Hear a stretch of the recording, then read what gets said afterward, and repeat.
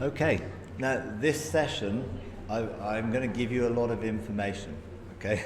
Now I'm not expecting you to understand everything I'm saying, but you can always go over it, and then when you get to a point of developing mandates together, then some of that information will make more sense. But I'll give you the information so that you will have it available when you need it in the future. So I'm going to try and get through as much as I can, okay? So using our mandated governmental position of sonship, we need mandates and blueprints to clarify what the Father's doing. They help us know the what, how, where, and when of God's will in heaven, so it can be established on earth. Ephesians 2:20, having been built upon the foundation of the apostles and prophets, Christ Jesus being the cornerstone, in whom the whole building, so it's a description not of a physical building, but people, ecclesia, is fitted together, growing into a holy temple in the Lord, not a literal temple, but actually people gathered and us, in whom you're also being built together into a dwelling of God in the Spirit. So he dwells in us together corporately as well as us individually. And that's a process of growing together, dwelling together. It's not an instant thing, it's an ongoing process. So in him, and this is the Mirror Bible, it says, in him you are co-constructed together as God's permanent spiritual residence. You are God's address. So if people want to know where God is, they should be coming to us. We're his address.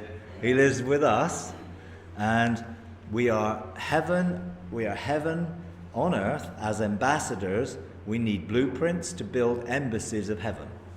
Now, if I sort of finished the last session, I would have talked about being ambassadors. An ambassador lives in one country, but lives under the authority of the country that sends him, not the country that he goes to. So the ambassador of UK in India lives on UK soil, even though it's in India, and the ambassador lives under the authority of the UK and not India. And the Indian ambassador in the UK lives on Indian soil in England or in the UK and is under the authority of India.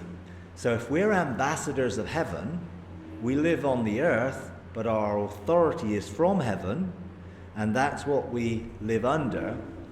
And therefore, we have a whole different system that we need to look at when we're looking at being ambassadors. So in the UK, we have a health service. Well, under the ambassador in an embassy of heaven, we have a heavenly health service. An education service, well, we have a different one. Everything is a heavenly one rather than an earthly one. So our authority is heavenly and not earthly, although it's outworked in the earthly sphere. So when we start to build embassies, they have a bigger sphere of influence than just probably a smaller ecclesia gathering, and they will begin to demonstrate a heavenly perspective to that as it grows and matures in a different way. Now, I believe that we need blueprints to build those. So I talk a lot about mandates, blueprints, and so I want to explain what they are, because they're not normally used in church settings. What is a mandate? It's both a noun and a verb. So from one perspective, it's an official order or commission to do something. So God gives you, as his children, as a son, an official direction, a commission for sonship. And a commission gives you authorization to do what you've been commissioned to do. An authoritative command, especially a formal order given by God. So this is not just a suggestion, okay? A mandate is not a suggestion that you should think about, oh, well, I don't really fancy doing that. This is a directive coming out of heaven. But that shouldn't cause us to fear, because remember, he doesn't expect you to get everything perfect. In these mandates, we learn and we grow in doing them and outworking them. It's also the authority to carry out a policy as given by God. So it's not just what God does, it's the mandated authority that comes with it. So he says, I want you to do this, but he also gives you the authority to do it. So the verb to mandate is to give someone authority to act in a certain way. And God has given you authority to be kings and priests and to be sons. So it's like an instruction, a directive, a direction, a decree, a command, an order, an injunction, an edict that is always going to align with your destiny. God is not going to tell you to do something that's not aligned to who he made you to be. You know, now sometimes people get this, oh, God will make you do something if you don't want to. You know, so don't say I don't want to go here because he'll make you go there. He does not. He's already written your scroll, and although that scroll can be adapted, bottom line is he doesn't want to make you do something that he's not equipped you and called you to do. So it's always going to be something that you can do because he made you to be able to do it. So a mandated vision to establish and fulfill. So if we're going to build an ecclesia, or establish an ecclesia that he's going to build, then he gives us the mandate to do that. The mandate is not the blueprint. The mandate is just the authorization that says, you can do this. You are authorized, and I direct you to establish an ecclesia. A mandate needs a blueprint, which is the architect's drawings or the plan of action. Because if God says do this, and then he doesn't give you any specifics of what that looks like, then you're left up in the air with, well, he said this, but I don't really know what he means. So the mandate says you can do it, and the blueprint says this is how you do it. So he gives you not just the authorization to do something, he gives you more than that to enable you to do it. We need a clear mandate and a blueprint to establish an ecclesia. And one without the other isn't going to work. Because you can have a blueprint that you think an ecclesia should look like, and he's not giving you the mandate to do it, so you will be doing it in your own strength. He won't give you the authority to do it. You can have a mandate, but if you don't have the blueprint, you won't know what to do. So these things go together. So a blueprint definition is to draw up a plan or a model, a design plan or technical drawing, a pattern or a map or a layout, a detailed plan of action, an orderly or step-by-step conception or proposal for accomplishing an objective. Now these are just definitions, a model or prototype. So, of course, Jesus was the prototype or model for a sonship. So we look to him when we look at how sons should be. So when we get a blueprint, it will give us the idea of what it is, what sort of model that we're actually establishing. So a heavenly blueprint is God's architect plan to guide what shape to build something in, but it's the living stones that become that. Each blueprint carries with it and expresses the heart of the vision, values, and purpose that God has for it. So it isn't enough to say, well, I'm going to build a car without knowing what that car is for, where it's going to go, and what it's supposed to do.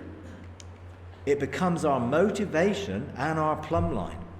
So when God says, here is it, this motivates us to say, well, now I know what to do, but also it becomes the plumb line to say, does this align with it? So should we be doing this? Look at the blueprint. No. Well, then don't do it. So if your blueprint is to establish something in India, don't try and establish something in Africa. Because you don't have the jurisdiction to do that. Now, what people often do is they do something in India where they're called to do, and then they go and try and do it somewhere else where they weren't. So make sure you stay within the jurisdiction that God gives. Habakkuk 2:2 says, the Lord answered me and said, record the vision and inscribe it on tablets that one who reads it may run with it, basically. So it's very important to be able to write the blueprint down, either as a diagrammatic expression or a series of statements or vision statements that clarify it, so when someone else reads that, they get an understanding of what you're trying to do. Because you can say, oh, God's given me a blueprint to build this. And they say, well, what does it look like? Oh, I don't know. well, they're unlikely to find much confidence in joining with you to build something that you don't know what it is. At least you have the basic foundations of what it is, so that you can share that. Psalm 139:16 says, in your book were written the days that were ordained for me, all the days ordained for me. So you all have a blueprint for your own life. The things that God intended for you are written within there as a scroll for you to discover, outworking it day by day. Now, if you were to try and build your life or establish your blueprint of your life and know all of it, it would probably be too much for you, or you would try and do it and make it happen. So God doesn't always show you everything on personally, but when it comes to establishing something corporately, he will often give different bits of it through different people, or someone who is, let's say, redemptive gift in prophetic. They may bring some order to it, or a ruler may bring some insight into it. But ultimately, everyone needs to see their part in it, otherwise people won't know what to do or be involved in. So there are many different sorts of mandates, and there are many different sorts of blueprints. There are daily mandates that will reveal our destiny progressively, and those are the keys for all of us to live every day. So we need to seek the Father's heart daily. There are specific time-limited mandates that God says, I want you to do this week. And if you don't do it this week, the mandate's ended and you can't do it next week. So some things you really need to listen and do now. It's like you're driving along in a car and God says to you, duck. And you're like, where's duck in the Bible? And this big plank of wood is falling off a lorry in front, come right through the windscreen and taking your head off because you didn't duck in time. So some things you need to do right then. And there are some things here's a mandate for the next 5 years. Or here's a mandate for the rest of your life. Well, you've got time to work some of that out. But some things, make sure the time-specific mandates that you go for then. You know, like a mandate for this year, don't wait till next year. Because next year you won't have the authority that mandate gives, because it's for this year. So there are ongoing mandates that you continually can do. That's part of you, who you are. You have a mandate to be a son of God. So you know that's an ongoing mandate. So you know you can be fruitful. You know you can multiply. You know you can fill. You know you can subdue, and you know you can rule. You don't necessarily need to be told that every day. You know that's true for the rest of your life. But within that, you may need, well, what specific do I need to subdue? What specific do I need to rule today? So that comes out of an ongoing, that specifics come out of ongoing ones. There are heavenly mandates to do things in heaven. There are heavenly roles to outwork. But there are also earthly mandates to do things on earth. You always must do something in heaven to do something on earth, but that doesn't mean that necessarily the roles are the same. We have a general sonship mandate that's never changed. We know that. That mandate applies to all of us and forms the basis of outworking the kingdom. We are blessed by God, so we can expect him to empower us to succeed and prosper in that. Now, if you have a mandate for a project, a ministry, an ecclesia, embassy, heaven, an apostolic resource center, a hub, you will need a blueprint to be able to establish that. That's different from your own personal life. This is because other people are going to be involved, and other people are going to have to be involved in outworking it. You won't be able to do this on your own, because God doesn't give one person the authority to do it on their own. If one person tries to do it on their own, then they will try and force other people to fit in with the way they want to do it. If 3 people or more people are involved in establishing or exploring how you do it, then you get a wealth of insight and revelation and truth, because good counsel comes from many witnesses. So it's good to have different people's insight and perspectives when you're establishing something, because you will get a broader perspective to it. Now, that also is challenges, because we all hear God in different ways. So when people share what they heard, sometimes you need to be able to interpret how that fits into the overall. Because when I first started doing corporate things with people, I found that some people are at a stage where most of what they were receiving is what I call from the Holy Spirit realm. So they get a picture, or they get a vision, or they get a word or a scripture. And then other people, like me, I'd get a whole list of, you're authorized to do this, this, and this, you can do this, you can do this. Now, they've got to be married together. And when I look at how you produce laws and legislation, I'll go into detail how you can marry together different perspectives of what people bring. But patience is really important in the process. Don't rush and don't get frustrated because some people are still seemingly bringing things in an old style. It doesn't mean that what they're bringing isn't right, but you will have to see how it fits out with clear things that come out of heaven. Now, mountains are spheres of authority. So there will be mountains that are mandated governmental spheres of authority that are attached to blueprints. So let's say you're developing a blueprint, you may have a mountain for children's ministry. You may have a mountain for education. You may have a mountain for a prayer center. You may have a mountain for different things. You may have a mountain for producing media. See, all those things are spheres of authority which are all within the overall thing you've been called to do, but someone else's blueprint may not have any of those things on and may have totally different things. Some other people's blueprint may be very different. So this is why we can't compare with anybody else. We just have to be clarifying, what are we authorized to do with this gathering? And if you're, let's say you've got one group has got a mandate to work with, I don't know, orphaned people or street people. Well, then that is an area that you have authority in. Another group may have, like us, we have a mandate to work with disadvantaged people, particularly people with addictions or are homeless. That's a specific area that we have within our blueprint that authorizes us and empowers us to do it. So there's lots of scope for different things that actually not everyone will relate to all of those things within an ecclesia.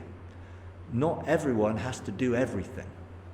You see, some people within an ecclesia with a mandate for children's work will definitely resonate with that, and they will feel this, I can fulfill my destiny here because my destiny is to do with children. Someone else who's got no desire to work with children whatsoever cannot be forced to do that area, even if there aren't enough people to do it. Because you have to call people in who will resonate and whose mandate will be to do it. So at home, we've never done children's ministry because no one has ever had a mandate from God to do it. And people say, well, if you had children's ministry, more people, families will come. Well, I don't want people with families to come just because we've got children's ministry. Because that's not the point, is it? The point is to come where they can feel they're fulfilled, not just to have babysitters for their children. You see, and I do believe majority of what we should do is be teaching our children at home. Yeah, yes, that may be a particular thing that God causes a church to be able to do, but you can't force people into other people's visions. So don't assume that every mountain will be same in every church, and don't assume that every person is going to be one to involved in everything. Every mountain will also have a bench of three, which is the government of that mountain within the overall. So the core bench of three won't tell those mountains what to do. They need to hear God for themselves. Otherwise, it's all down to a centralized vision again, which is an old model. So we have these mountains. Who is going to administrate those mountains? Oh, I feel called to that. I feel called to that. Well, go and seek God for what those mountains are. Because what you will generally get is a word or something which describes some of the mountain but is not specific. Every mountain sphere will have its own vision, will have its own blueprint for that area within the overall. But it will always contribute to the overall and will never contradict it, but it can be very individually developed for that mountain itself. And so this is very flexible and gives people so much room to be able to express who they are and what God's calling them to do within the overall blueprint that God gives. There will always be spheres of authority. It can't just be, well, we're called to gather. What are you called to gather to do? Well, we're just called to gather. Well, where are you called to gather? Well, we don't know. You see, there will be some specifics if you seek God, and you may start off with a little bit of insight. Don't expect to get the whole thing all in one go. Continue to develop it over a period of time so more and more people can be participating in the process.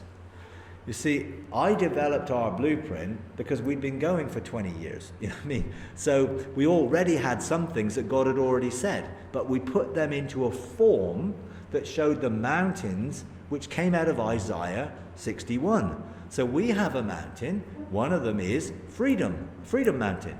Another one is a health mountain. Another one is a harmony mountain. Another one is a blessing mountain. All of those are the names. Now, each of those mountains, when they got people who felt called to them, went to seek God. So each of those mountains has like a brochure that explains what that mountain's vision, values is within the overall. And that's why people can find lots of expression in this. These areas reveal the specific areas of authority or mandates that a blueprint has. So what do we do with a mandate when we've got it? Carry it in our heart. Allow it to shape our desires and motivations and give us that authorized authority. You can't say, I have a blueprint, I can do this, and you don't carry it within your heart. It must be a desire and a motivation, not just a structural thing. Engage God for a heavenly perspective and a governmental perspective for that mandate. Work it out from heaven's view before you try and work it onto the earth. Get heaven's perspective, get an eternal perspective before you try and see how is that going to outwork in an earthly perspective. Be seated in a position on our throne and use that mandate to call things into being, to prepare the ground, to get things ready, to put the sound out there so people start to draw towards that. All of those things you can do even before you've even got the full thing. Because you know you have a mandate for an ecclesia. Even before you've got a blueprint, you can start calling people to come to the blueprint which will be released. You know, you don't have to wait. You can follow things through in a process. Use the mandated authority to seek for a blueprint. God, you've given me a mandate. I am coming to you for the blueprint for that mandate. Now, you can do that corporately. You don't just have an individual. It's better if it's done corporately. And even if it's 2 or 3 people or 4, doing it together creates relational unity while you're doing it and gives you an understanding of how each other functions. So you can understand when someone talks about something, the way they're talking about it because you know them. Relationship is so important in establishing these things. This is not establishing a business. This isn't a business. I'm not saying it can't be business-like in some areas, but it's a family business, not a corporate one for sure. You know, and it's a kingdom father's business in that way. So that means it's always going to be relational and it's always going to be based in love. Then we can use the mandate to frame, if it's a personal mandate, to frame our day, administrating from it from our throne. I'm sat on my throne, I have the authority to do this. So let's say I go to God in the morning and he gives me a mandate to heal some people, okay? Now, I take that mandate to my throne and I start preparing the environment. I start releasing a frequency of the call for the right people to come across my path. Because who am I supposed to heal? He didn't tell me that. So I am responsible for drawing those people to me, putting those people for healing on my heart, and then begin to release a sound and legislating for when they'll come to me. So I don't just sit back and hope for the best that some people might come along that I can heal. It's like I am going to start legislating for that to take place. And I might ask for some more detail. But I can frame and order things. Now corporately, we do that together. Use it to inform our creative decrees and declarations. So God calls us to establish an ecclesia. We begin to decree and declare creatively that it will begin to manifest on earth as it's being decreed in heaven. We do all that in preparation before we ever start to do anything practically in heaven first. So what do we do with the blueprint? Carry it in our heart to shape our desires and motivations. Seek a strategy to develop it. Because you have a blueprint of what to build, but how are you going to build it? How are you going to do this? God can give you a strategy. He can give you timings. He can give you seasons.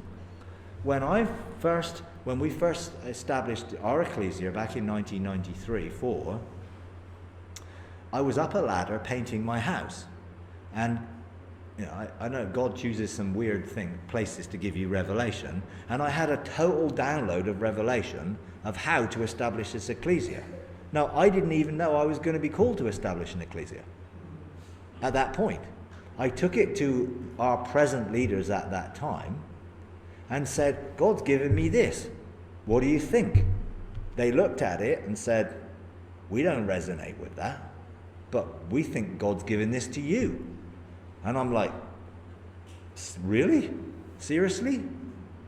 So then I had to go back to God and say, what is this about? And he basically said, I am calling you to leave here and go here, and I want you to establish it in this way. And I'm like, no way. I mean, I did it because I've never done anything like that. I was working in a hospital. I'd never led a church in that way or done anything like that. So God then started working on me, and then someone else prophesied over me, and someone else prophesied over me. Okay, God, I get the point. So then I've got to go and tell my wife.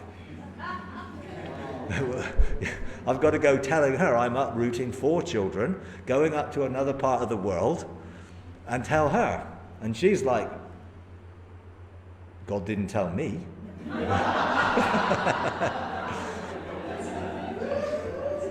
So I said to God, if you want me to go, you're going to have to tell her. And someone prophesied over her, and who knew nothing about this, and said, your time here is over, and I'm sending you up there. So it's like, I said, thank you, God.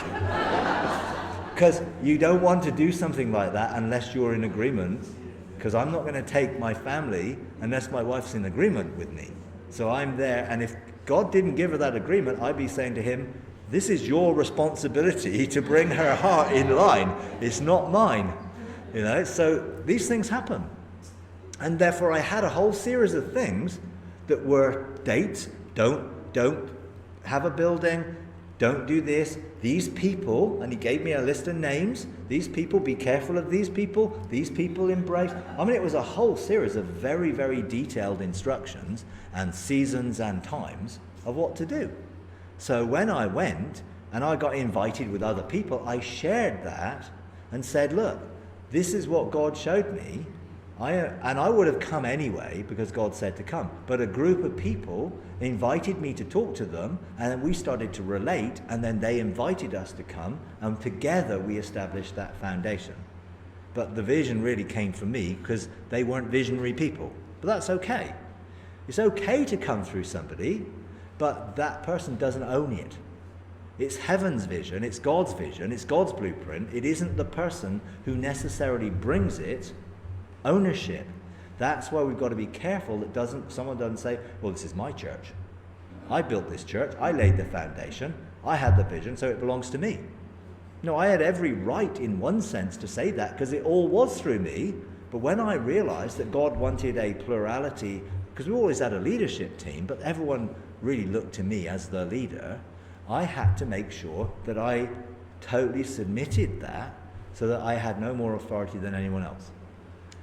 So seek a strategy and then use that strategy, because God can give you some specifics and things. Establish the foundational government around it eventually when you've got it. Now, I would encourage people to do this relationally and to engage God for that over a period of time where you're establishing a relationship, and don't rush.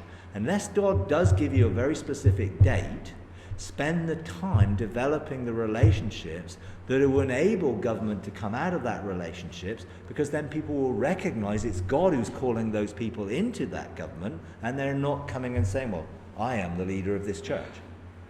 It can emerge relationally when you follow a relational process. But it will eventually need to have some foundational government. but I would say spend as long as it takes to get to that point, even if it's years. Don't rush the relationship stage.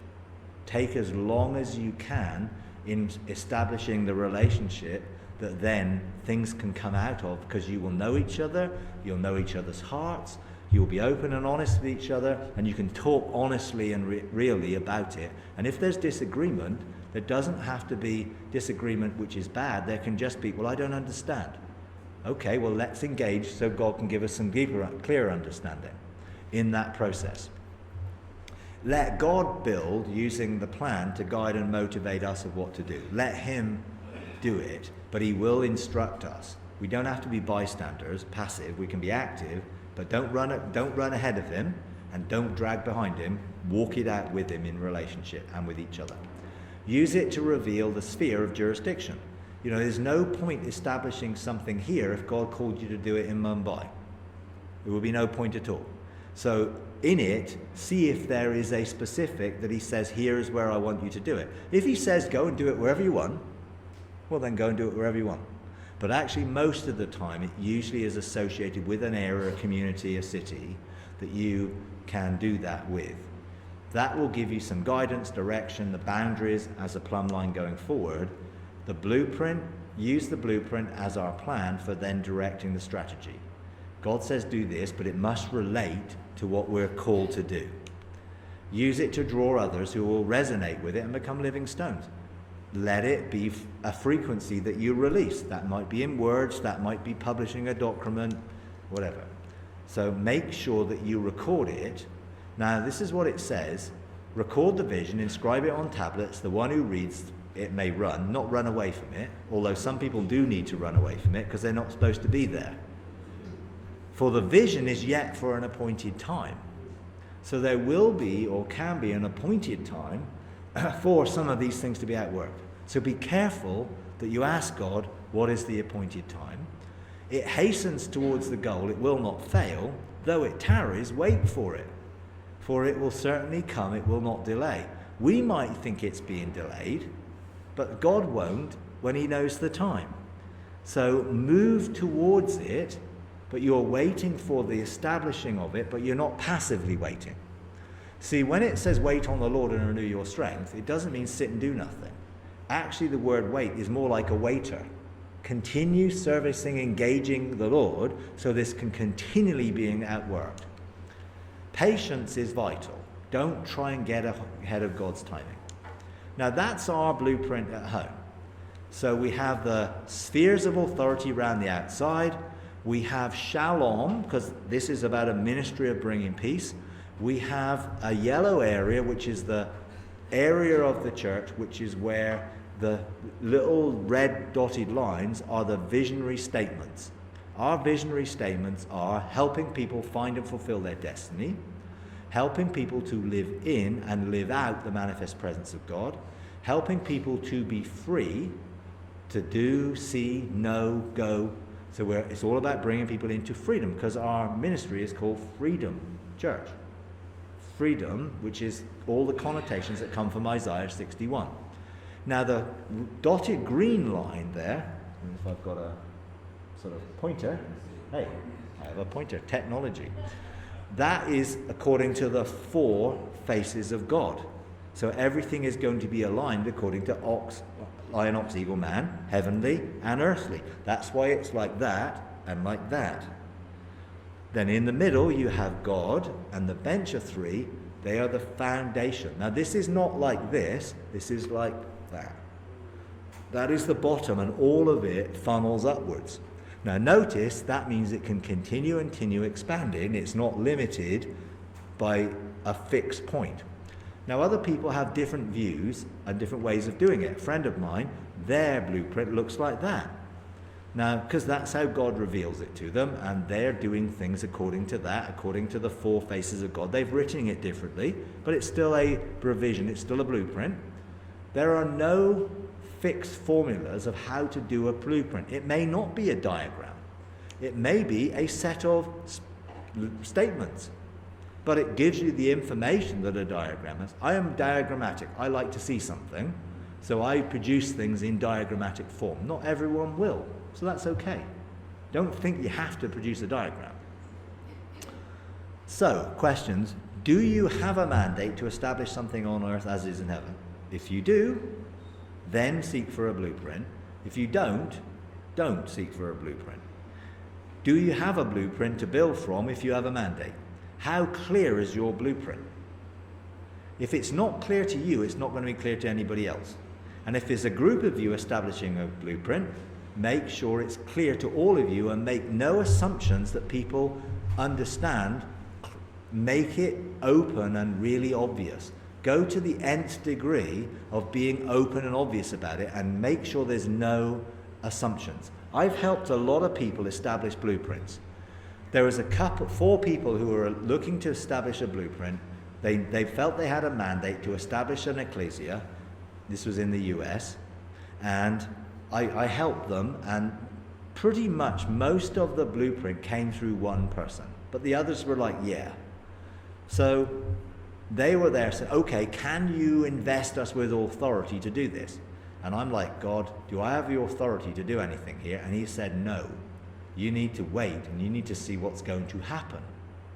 So I then encouraged them as four people to explore and ensure that what they'd written down, that they all meant the same thing by. Because words to one person can mean totally different to somebody else. Well, within a month, these four people came back and they said, can we talk to you? And I said, yeah. Got together online, talked to them. It very clearly emerged that two of those people who were a couple and the two other people who were a couple had completely different goals, even though they all said this was a blueprint that was theirs. Now, in reality, the person who received that blueprint really had the heart of what it was, and the other two wanted to do something which was a perversion of it in reality, because they actually had a different agenda. Their agenda, the blueprint was to establish an ecclesia, and their agenda was very different. So there was no way that they could form a bench around that blueprint. So they parted ways, because there was no way they could walk together. Unless two agree, how can you walk together? So it's absolutely vital when you're doing something that you get as clear as possible, and you ask questions of each other, and you ask people, well, what do you think that means? What do you think that means? How would you express that? Because at that point, you have not laid any foundation. If you lay a foundation with somebody whose agenda is different from God's, you are going to have a real problem. That will be within the DNA and will be a division all the way through what you're doing. So spend the time to establish it there and then as clearly as you can, but spend the time relationally in getting to know each other, understanding each other, because then you can receive from each other much more. So could you explain the blueprint simply so anyone could understand it? If not, then you need some more clarity. How do you develop an initial concept to a point where people can resonate with it? Because sometimes God will just give you the first step. So you get, okay, we believe God wants us to do this, but you really have no more. And there is a process in heaven to help you develop things so that it comes from a heavenly perspective, rather than you hearing the words that God says and then you put an earthly spin on it to do. Now, I engaged with some angelic beings to help me this. Proverbs 8:12, wisdom is one. I, wisdom, dwell with prudence. So there were two angelic beings that helped me a lot when it came to understanding everything about blueprints, mandates, and foundations. I find knowledge and discretion, counsel is mine, and sound wisdom. I am understanding, power is mine. So all of those things begin to outwork. By me kings reign, rulers decree justice. By me princes rule, and nobles, all who judge rightly. So wisdom is there to help us in our sonship and in our government. Wisdom and prudence help me to discern and navigate where to go in heaven to get the authorization, how a blueprint could be outworked in that way. And I met wisdom lots of times, but I never met prudence. And she turned up and met me in a meeting I was in at home. And she looked like that. Someone saw me in talking to this angel and then painted it, which was really cool. So I engaged Prudence, and she gave me 7 gifts. God said to me that those gifts will enable you to navigate the dimensions that you are to be open to you and to engage in heaven. So I had to go to places I didn't know where to go and do things that I didn't know how to do, and these gifts helped me. And they were all like navigational tools. So there was a sextant. Now, it wasn't really giving me a sextant, physical thing, but it was spiritually representing something. So I could tell the time and season. A compass, logbooks, maps, instruments for wind, sound, and waves, light, and the trumpet to herald a call.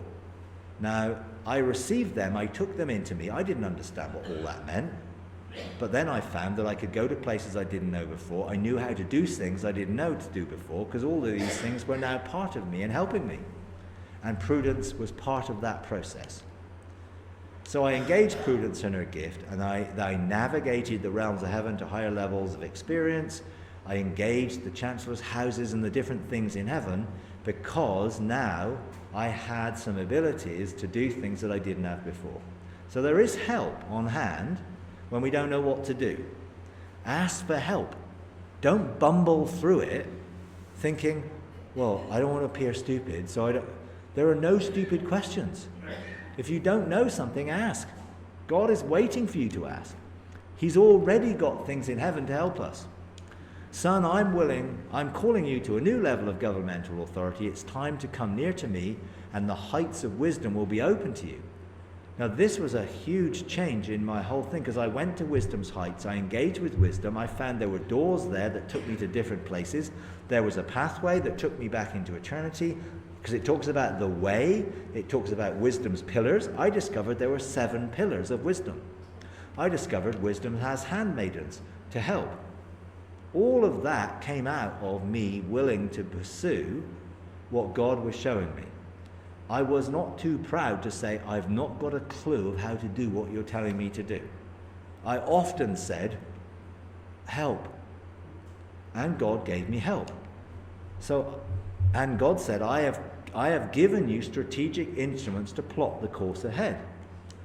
My scroll has a large ship on it, which was an anchor when I first saw it, because that was the season I was in. I was very much focused on doing things at home. And then I saw the scroll again, and the anchor had been lifted up and the ship was moving. That opened up when God told me to connect with people all over the world. And then I saw a helicopter on the ship. And then I was invited to go to places where I needed to fly. So all of these things were a part of my developing what God is calling me to do.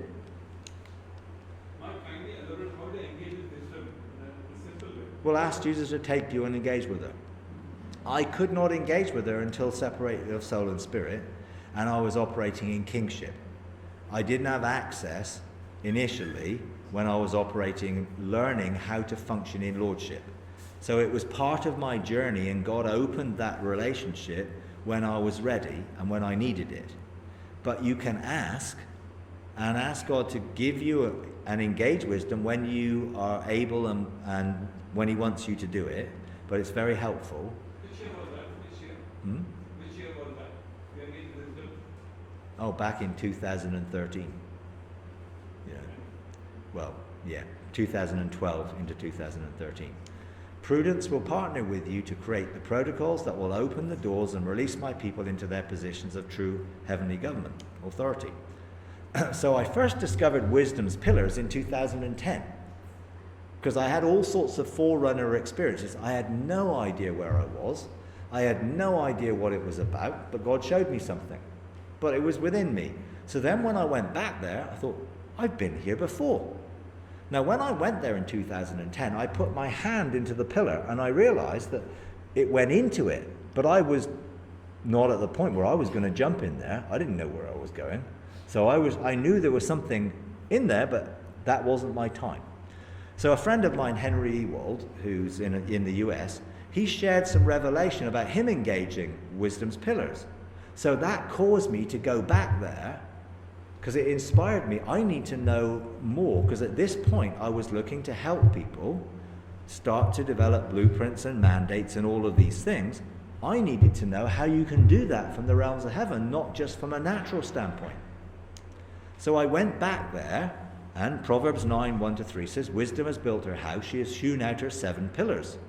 She has prepared her food, she has mixed her wine, she has set her table, she has sent out her maidens, she calls from the tops of the heights of the city. So I discovered where it was, what realm it was in, what was there, and I began to engage the 7 pillars again and sought for revelation about how these 7 pillars can help us, because they are wisdom.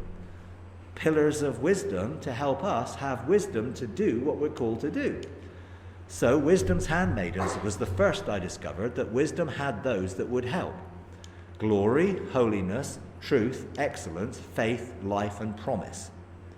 Now, I'm not going to go into the details of what they do, but I would encourage you to, when you're able to engage with wisdom, to ask her to reveal her handmaidens to you and how they can help you to outwork your glory. Because it's who you are that they're there to outwork. And therefore in holiness and in truth and in excellence and faith, life, promise. So each of these angelic orders, because they're orders of angels, there's lots of them to go round, are designed to help us when establishing heaven on earth with the characteristics that reflect God's precepts, character, and nature. We don't want to ever be doing something that does not reflect who God is. So I desired to engage, so pursued wisdom and prudence for help. Jesus said, dear brother, we are co-heirs and you have my yoke upon you, so walk with me in discipleship. Let me show you some things that you're responsible for. So he began to open up the areas that I had mandates to engage with. We walked to wisdom's pillars on wisdom's heights, and I engaged the first pillar of wisdom. I walked into it because it's a dimensional place. You know, it's not just like a column. It's like you enter in and then you realize there's a whole lot of angels in there and a whole lot of things going on that you can engage in. And Jesus said, see, here are wisdom, knowledge, and understanding. Now, they are 3 of the 7 spirits of God. Now, whenever there's 3, there's a government to it. So, to establish a blueprint or a mandate for anything, you need the foundational government of wisdom, knowledge, and understanding. And this is where you can get it.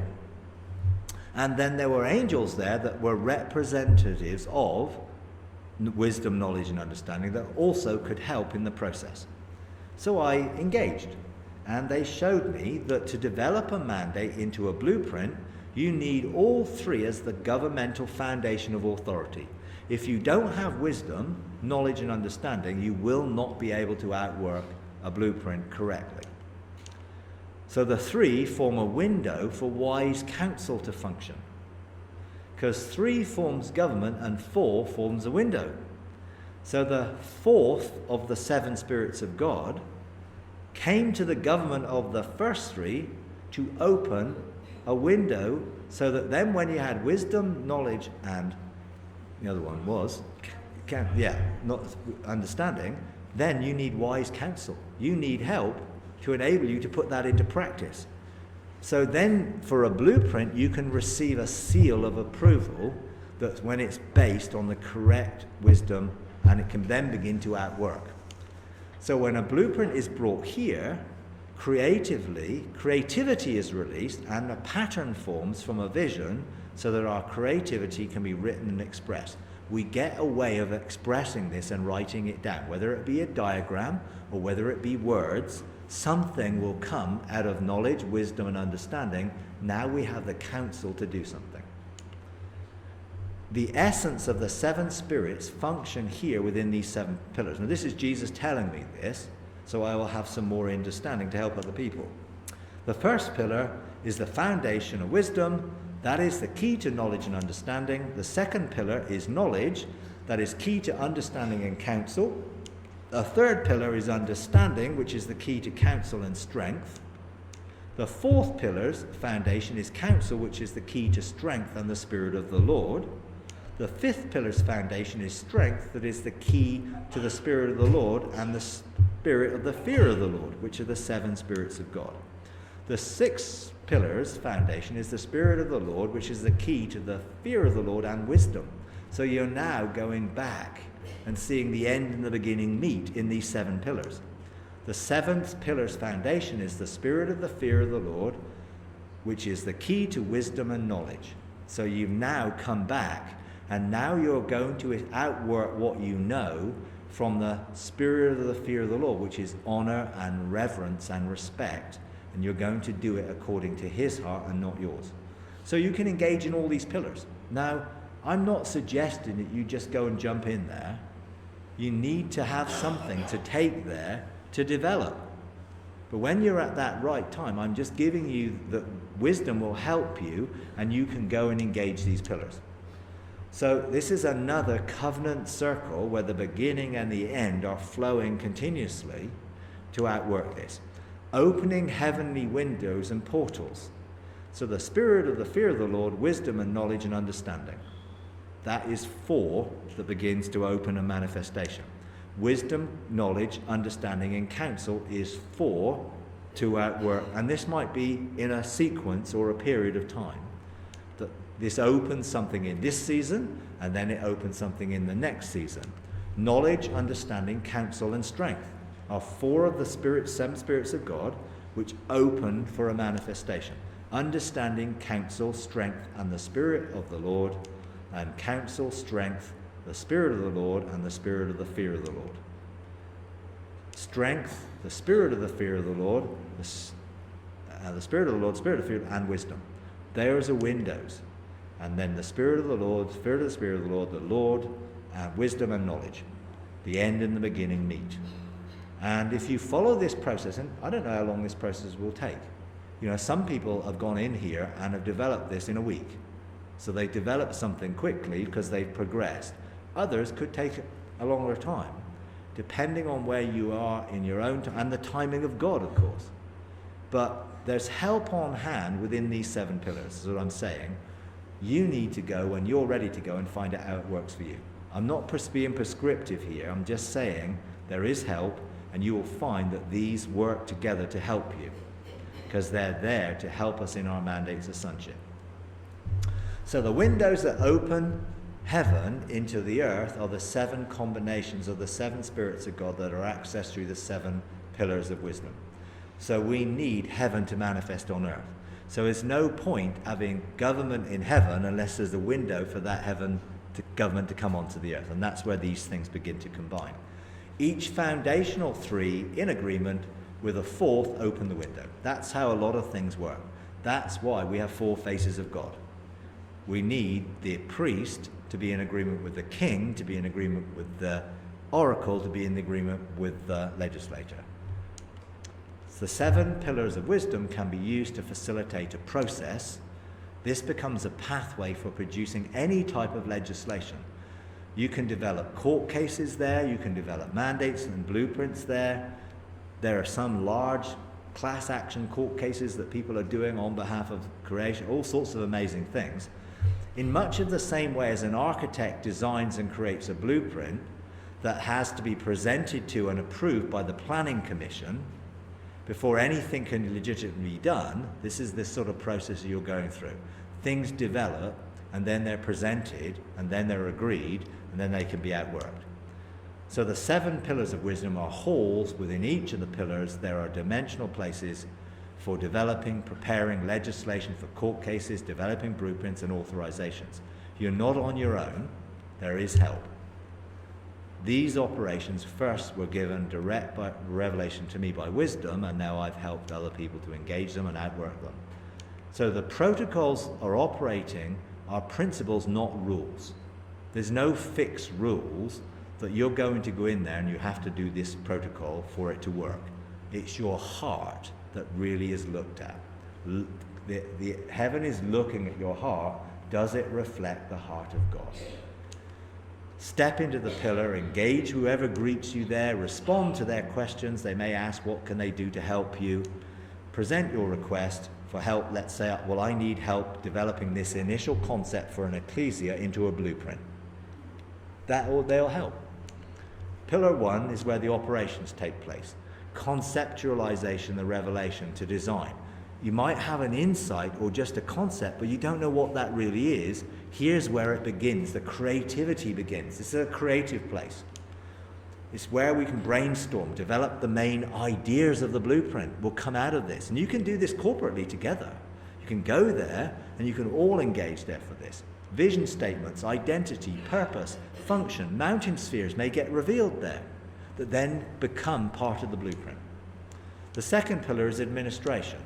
The request, the assignment of support, personnel, resources in relation to the blueprint or assignment. That means summon the seven spirits of God, angelic orders. There can be legions of angels assigned to you. The actual angel which God's assigned to that blueprint may be assigned to you there. So you're going to get support personnel from all of those things, wisdom's handmaidens, to help. You're not on your own. Third one, the pillar of justice, judicial protocols. His judgment releases justice, so that brings order. This is the process where the procedure calls for and releases judicial protocols, benches, heavenly structures. So now, what is the government for this going to be? So you might not know the personnel, but you have the authorization to establish government. The fourth is the seals on the authorization. You're now ready for this application to go before the court of the chancellors. This enables the next stages to begin, because now you're preliminary, everything's agreed. Now you can begin to go forward. Jurisdiction, the revelation of the authority regarding the sphere of influence of that blueprint. And this is, now you may get these in different order. I'm not saying that things, but it does help to know that you can go and get things if you need them. The physical area, the region. The sixth is the Hall of Records. There's written into the records. The documentation for the proposal is now agreed in the records, and now heaven recognizes it. And then reformation. They measure and outwork the results of the proposal for the legislation in relation to other blueprints and the bigger picture of restoration. What you are called to do is not going to be in isolation to everyone else. And sometimes it helps to see how you're part of a bigger picture. Because there are many ecclesias being established, there are many blueprints being given. How do they work together? And God can sometimes give you the bigger picture here so that you can see that the blueprint goes from proposal to executable theory, this is how it could work, to the outline that this is how it's going to work. Then you can develop the blueprint, can you present it to the Chancellor's Court for authorization. When it's verified and sealed, now you can proceed. You can engage the Court of Scribes, and then you'll receive your statute book. So now this is agreed in heaven. There's a statute book for all the legislation and laws that you are going to need to enable you to do this. Because you've just got the authorization to do it, and you may have a blueprint, but what is it going to take to do this? And you may need different legislation for that. So what does a blueprint look like? A blueprint can be like a map, like a journey, linking activities, linking certain times for things to be done, a ministry program. What is it going to do? The outputs, intermediate, medium, long-term plans, all of this stuff can be revealed. You don't have to be in the dark stumbling around hoping for the best. God can give you instruction and direction, wisdom, knowledge, and understanding. So who is going to be involved in this? Because it's helpful to know what sort of people you're going to engage in. Now you can do this with a ministry, you can do this with a ecclesia, you can do this in lots of different ways. You need to understand the link between the activities you're going to do and the changes you anticipate is going to happen for the people you're going to do it with. So what are you going to do, and how is it going to benefit people? If you don't know, how are you going to let other people know? So it may require us to explore some assumptions. At this point, it's good to make sure you're all on the same page, reading the same script in the same language with the same understanding. Otherwise, you're in for big trouble. Blueprint development is a process. Now, you can begin to go through the process on heaven, but also go through a process together on earth. Put it down on paper together. Talk together. Make sure your thinking is in alignment to turn the theory that you've got from heaven into the practice on earth is a strategy. How long is it going to take? So a blueprint is a document that illustrates the results of the process. You've produced something that says, here is what we have received and now we're going to write it down. Then you start making good decisions by understanding the links between the things that God wants us to do and how we're going to create change by doing them. See, God wants us to understand a process. It's not like we just go into this blindly. We need to know what God's expecting, what we're expecting from the process. Are we expecting people to be set free from addiction? Are we expecting people to be healed from this? So if one of our mandates is for healing, what sort of healing is it going to be? Are we going to be a healing rooms? Are we going to be a healing center? Are we going to be a healing retreats? What are we going to do? All this can be developed. Because you're looking at the why, what, how. And we'll look at that in detail. This creates a clear strategy. You start testing your assumptions. How is this going to work? And it helps to keep on the mission that you've been given and not go off too much blue skying. Sometimes you'll get visionary people and they'll go off on tangents at this point. Oh, wow, yeah, we could do this.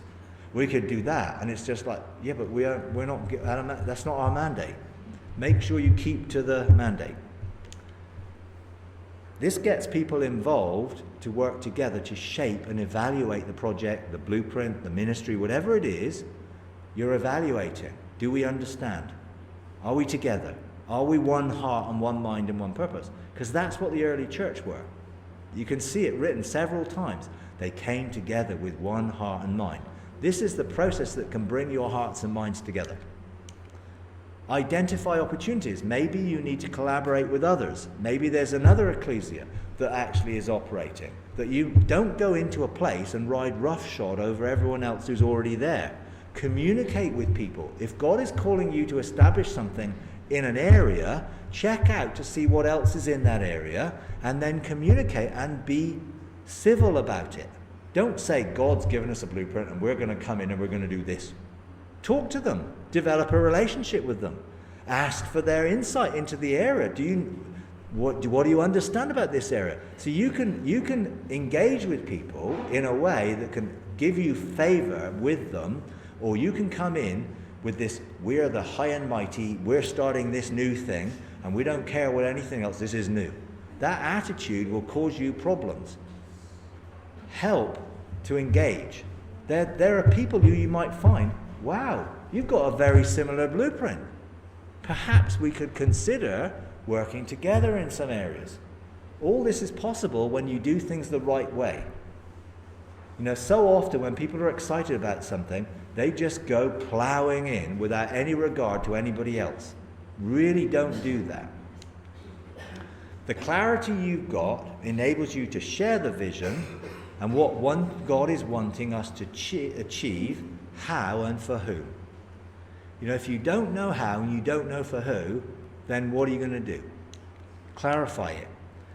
Representing God's name, reflecting his values as ambassadors. You want to make sure that this is all part of it. Monitoring what you're doing. How are we doing? Well, how do you monitor something if you don't know what you're doing? Where are we on the process? Are we ready relationally yet? Have we got government yet? It really does mean a good blueprint will illustrate and explain everything about God's plan, but it must be capable of being communicated clearly to others in a visionary way. So a visual representation of the plan, how you expect it to come about spiritually and earthly. Because it's no point having all this spiritual revelation if when it comes to putting it in practice on earth, you've got no clue about how to do that. Because if you're going to be an ecclesia, you may have to register.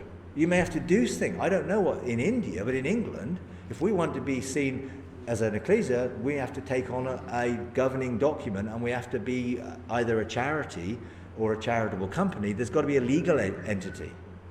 You know, if we don't know the legal identity, then we won't be able to legally be recognized. So there's a lot of things to think about at this point.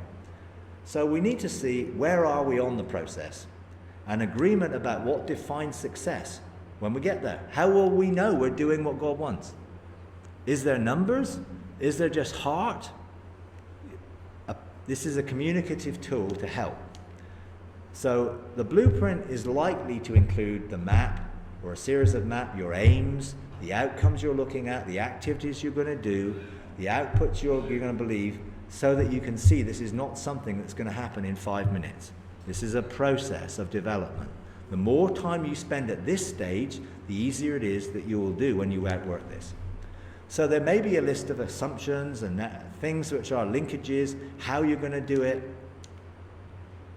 So how do the different areas work together? Benches of 3, benches of 7. I'll go into that tomorrow, and that is so key to how things will outwork going forward. Do you assume everyone will have the same level of commitment and passion that you do? Don't make assumptions towards, and then because you will start demanding people will start functioning the way you want them to, rather than giving them the freedom for them. Because there may be, let's say there's a lady who has children and she's looking after her children. You can't expect her to be throwing in 20 hours, 30 hours a day when she's got 3 children to look after. So there's got to be a realistic approach to this. Just because people use the same words, do not assume that everyone means the same thing. Heavenly jurisdiction doesn't always match earthly jurisdiction. We've got to marry it up into what does this look like on earth as it is in heaven. Be sure you understand your boundaries. You cannot work in Africa if your jurisdiction is India. Be aware of earthly structures that already have authority in areas. It's so important that you communicate well with others. A note about using legislation: get or use the right laws to create the right conditions for your mandate to manifest. Make sure that you have that in place. Use the laws to create order and administration and peace. I gave you some examples of laws and then my declarations that I use. I'll do more of that when we look at making and legislation. Do not try to usurp or force things. Be aware of the law of unintended consequences. When you do something, things might happen that you weren't expecting.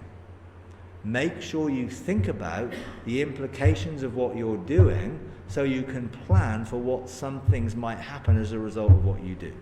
Don't go into something blind. Do as much preparation as you can.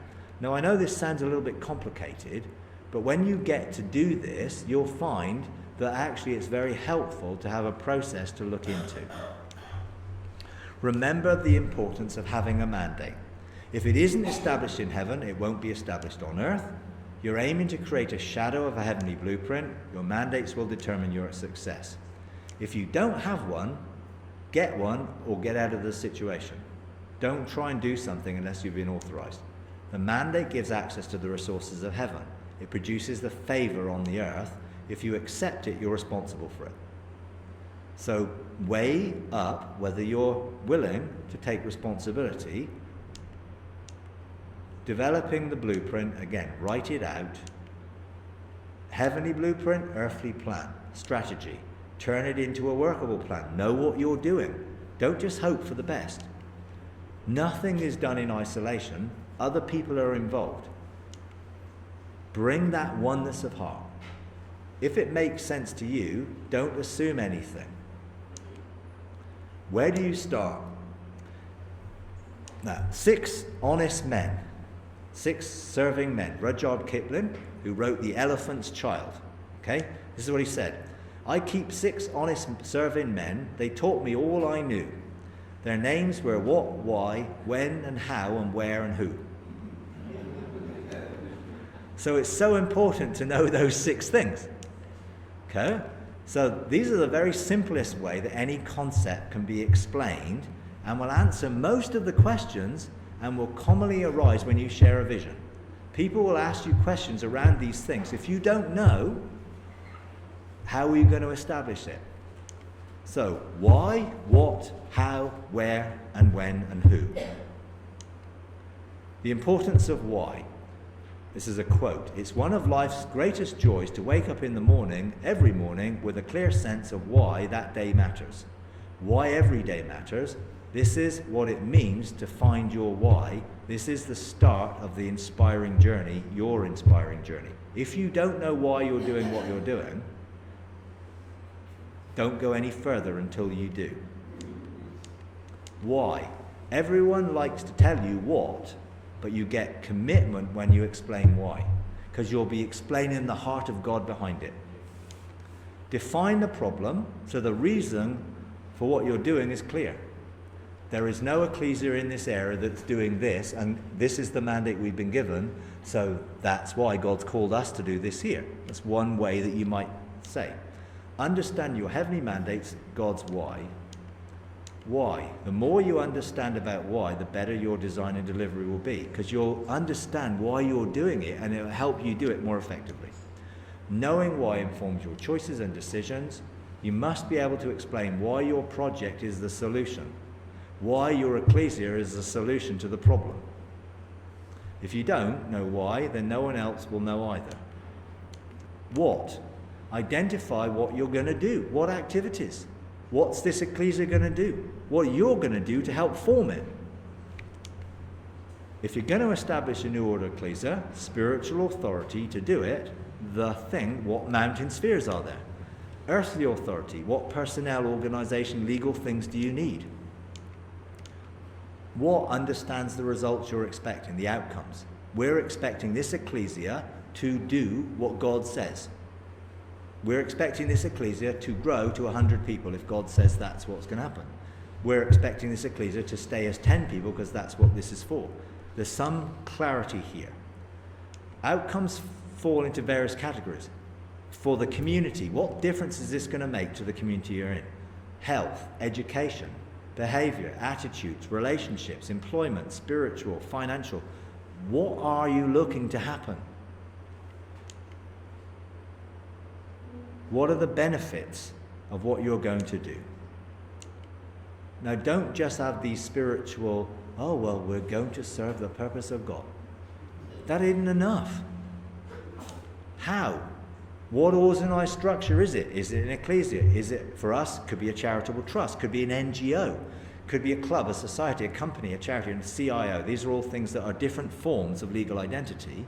Make sure you know the best one that fits. What governance is there going to be? Venture 3, 7, members, trustees, directors.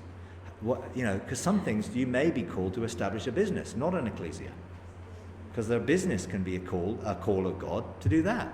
Well, these things apply into business as well as into ecclesias. Do you need staff at some stage in the future? Are there volunteers needed to help you do this? This helps maintain the integrity of the person. There may be a constitution you need to write down of how you're going to function so that everyone's clear we're going to operate in love. And you make that clear at the beginning. What resources do you need? Where are you going to do it? What's the geography? What place, what town, what city, what solar system, what galaxy, what universe? Who knows what vision you might have? All of creation. What is your jurisdiction? What is your legal right you have, either earthly or heavenly, over that place? Are there boundaries? When?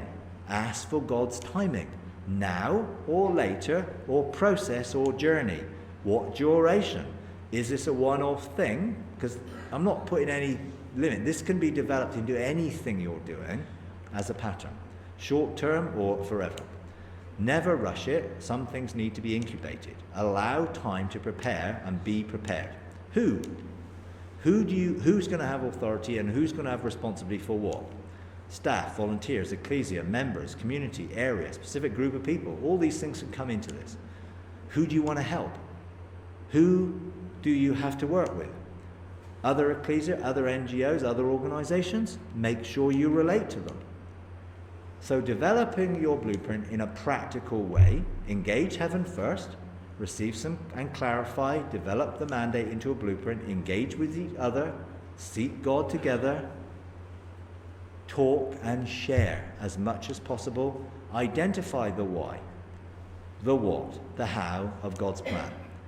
Heavenly blueprints produce a canvas, use a diagram to help your discussions. Now, I've got here a diagram that you can produce, and you can use this as a framework. Another way of doing this is to produce a big circle on a big piece of paper, start in the middle with why, then look at what, and then look at how, and then look at where, and then look at when. So you can develop outwards. It doesn't really matter which way you do it, but make sure you follow a process. So here, the vision. What will it look like? Your mandates. What are you mandated to do? Which kingdom problems will it solve? Why is it needed? Is it individual or part of a bigger mandate? How will it be delivered? Just ask the questions of each other. You'll know very clearly whether you've got any clue or not from what you talk about. Heavenly resources. Whose help do you need? Wisdom? Angels? Men in white linen? Cloud of witnesses? The courts of heaven? Activities. What are you actually going to be doing? Legislation. What laws do you need to deliver it? Relationships. Who are you called to be in relationship with? Jurisdiction. Communication. How do you call people to come to it? How do you send out a sound? What are we going to do to send out a sound? Years ago, when I was working with Lindy Strong, and we were developing we were a bench of 3 for our region, God said to send out a sound to gather people together. Initially, what did we do? We didn't have a clue of what to do, so we went into heaven and we got a strategy. So, from heaven, we said, we release a sound into the southwest to connect with people. That's all we did, that was it. Then we waited for 18 months before we were mandated to do anything else. So, in that 18 months, that sound that we declared was working in people. Because when I started in the 18 months, I knew Lindy and I knew one other person in the southwest. By the time the 18 month was up and God says, now you need to call the sound back in. So that point, we then put a call out. We call people back in. What was the strategy? Now invite the people that I will show you to come to a gathering, and I want 60 people to come. That's what God said. Very clear, very direct. So at that point, it went from the 2 of us who knew a few other people to sending out a call to a lot more people, and exactly 60 people responded and came.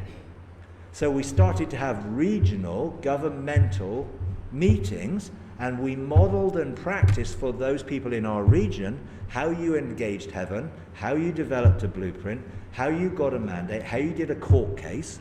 And then, when we'd done that for about 2 years, we fulfilled our mandate and we basically just released them. And now those people are doing things in our region, in various cities, in various towns, because we just inspired them.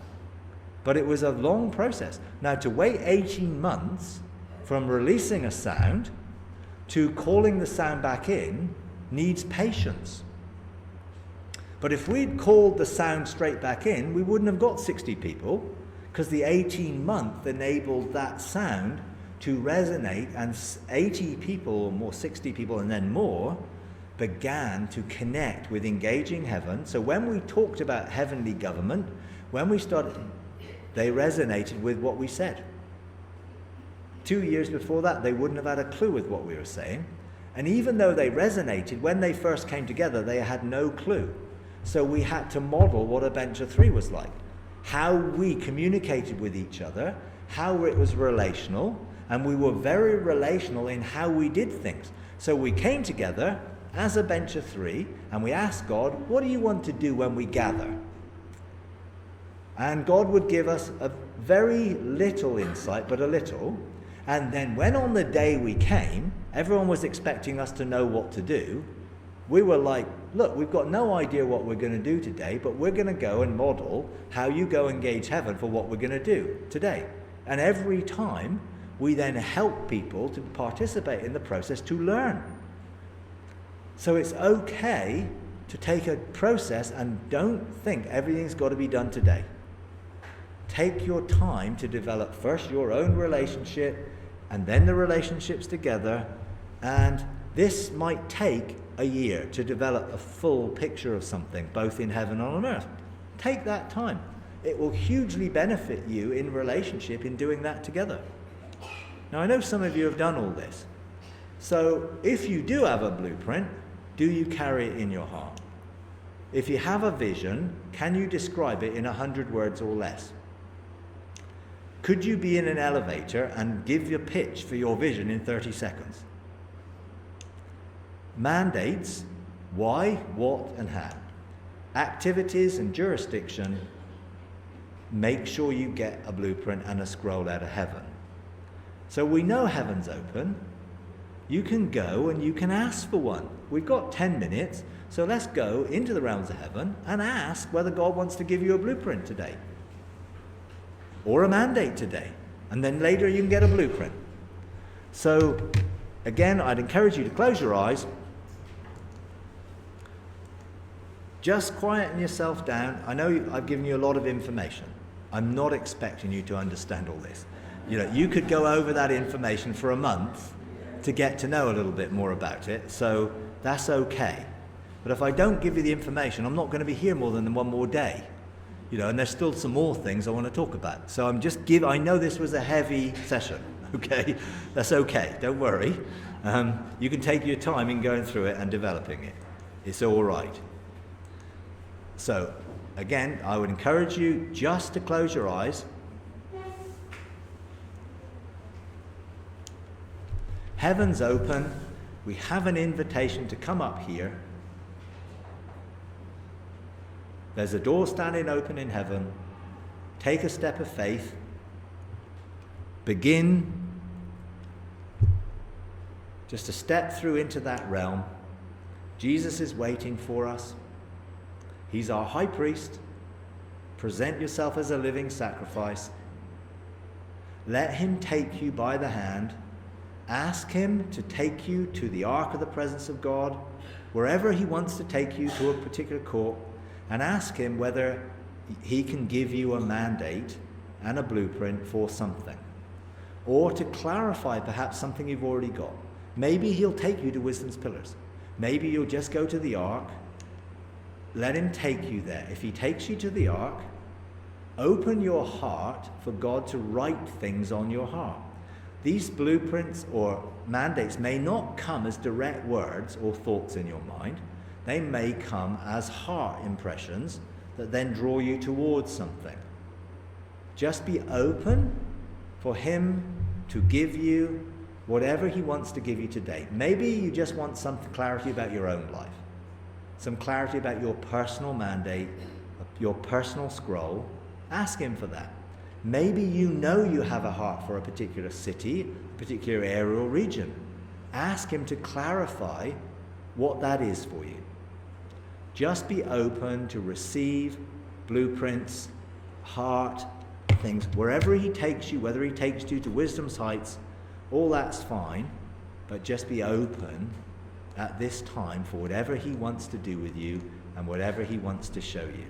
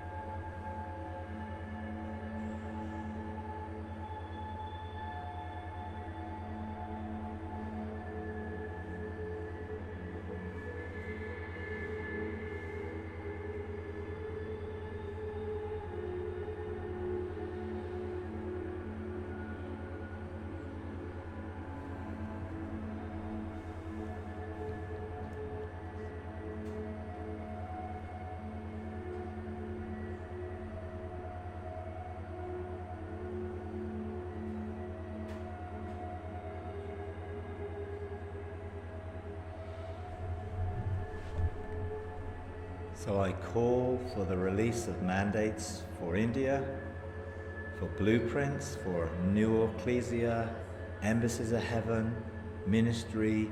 I call for heaven to be open. I call for hearts and minds to be open. And I call for the house of mantles and scrolls to be open, for new mantles of authority to be released, for scrolls with mandates and blueprints to be released. I call for the angels to release those scrolls. I call for a new dawn, a new day, a new arising.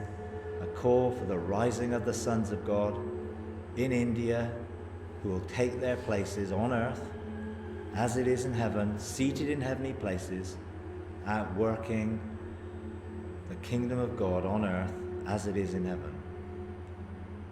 So I call for hearts and minds to be open. I call for your identity to be unveiled, for your position to be revealed, for your authority to be outworked.